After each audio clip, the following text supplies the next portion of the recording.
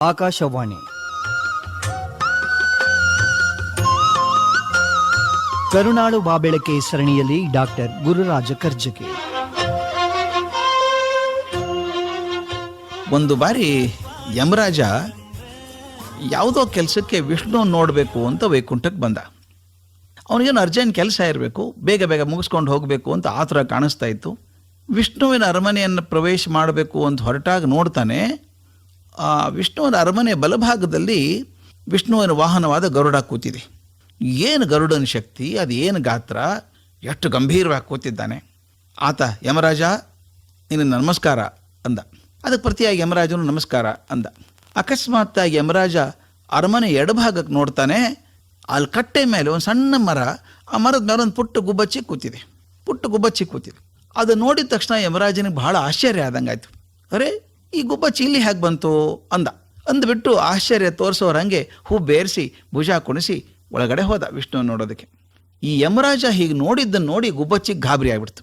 ಯಮ ತನ್ನನ್ನು ನೋಡಿ ಆಶ್ಚರ್ಯಪಟ್ಟು ಇಲ್ಲಿ ಹೇಗೆ ಬಂತು ಇದು ಅಂತ ಅಂದ ತಕ್ಷಣ ನಾನು ಆಯುಷ್ಯ ಮುಗೀತು ಹಾಗಾದರೆ ಅಂತ ಅಂತ ಒಳಗೆ ಶುರು ಮಾಡ್ತು ಗುಬ್ಬಚ್ಚಿ.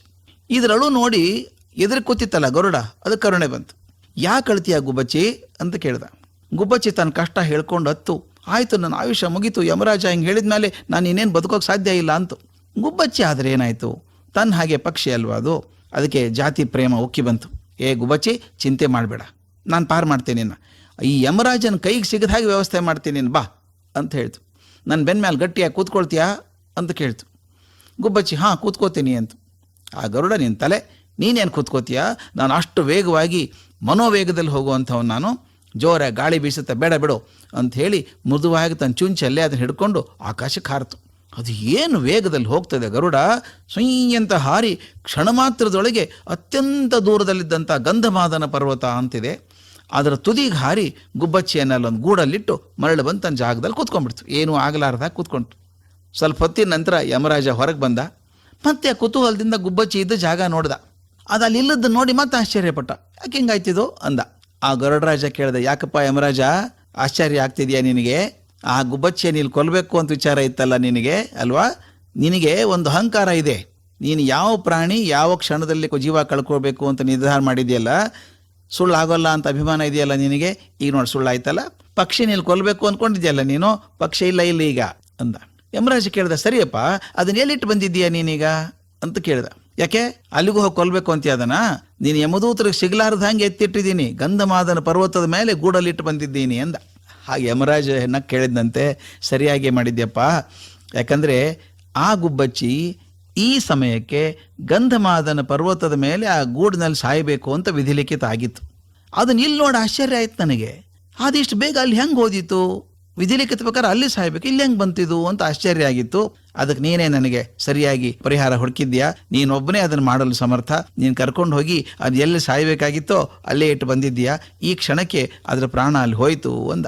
ಗರುಡನಿಗೆ ದುಃಖ ಆಯಿತು, ಇಲ್ಲೇ ಇದ್ರೆ ಉಳ್ಕೊಂಡ್ಬಿಡ್ತಿತ್ತೇನೋ ಪಕ್ಷಿ, ಸಹಾಯ ಮಾಡೋಕ್ಕೆ ಹೋಗಿ ಅದನ್ನು ಸಾಯುವ ಸ್ಥಾನದಲ್ಲಿ ಇಟ್ಟು ಬಂದಂಗಾಯ್ತು ಅಂತ. ಈ ಕಥೆ ಬಹಳ ಅರ್ಥಪೂರ್ಣವಾದದ್ದು. ನಾವು ಮತ್ತೊಬ್ಬರಿಗೆ ಸಹಾಯ ಮಾಡೋಕ್ಕೆ ಹೋದಾಗ ಅವರಿಗೆ ಸಹಾಯ ಆದೀತೋ ತೊಂದರೆ ಆದೀತೋ ಅಂತ ಗಮನಿಸೋದು ಬಹಳ ಮುಖ್ಯ. ಉತ್ಸಾಹದಲ್ಲಿ ಭಾವಾವೇಶದಲ್ಲಿ ಸಹಾಯ ಮಾಡೋಕೆ ಹೋಗ್ತೀವಿ, ಅದರಿಂದ ಅಪಕಾರ ಆದೀತೇನೋ ಅಂತ ವಿಚಾರ ಮಾಡಿ ಕೈ ಹಾಕೋದು ವಾಸಿ ಅನ್ಸುತ್ತೆ. ಕರುನಾಳು ಬಾಬೆಳಕೆ ಸರಣಿ ಕಾರ್ಯಕ್ರಮ ಪ್ರಸಾರವಾಯಿತು. ಪ್ರಸ್ತುತಿ ಡಾಕ್ಟರ್ ಗುರುರಾಜ ಕರ್ಜಗಿ, ನಿರ್ವಹಣೆ ಎಸ್ಆರ್ ಭಟ್, ಪ್ರಸಾರ ಸಂಯೋಜನೆ ಎಂಜಿ ರವಿ. ಇದು ಆಕಾಶವಾಣಿ FM ರೈನ್ಬೋ ಪ್ರಸ್ತುತಿ. ಈ ಕಾರ್ಯಕ್ರಮದ ಎಲ್ಲ ಸಂಚಿಕೆಗಳನ್ನು ಮತ್ತೊಮ್ಮೆ ಕೇಳಲು ಯೂಟ್ಯೂಬ್ ಚಾನೆಲ್ ಸಬ್ಸ್ಕ್ರೈಬ್ ಮಾಡಿ. ಯೂಟ್ಯೂಬ್ ಚಾನೆಲ್ ವಿಳಾಸ FM ರೈನ್ಬೋ 101.3 ಕನ್ನಡ ಕಾಮನಬಿಲ್ಲು.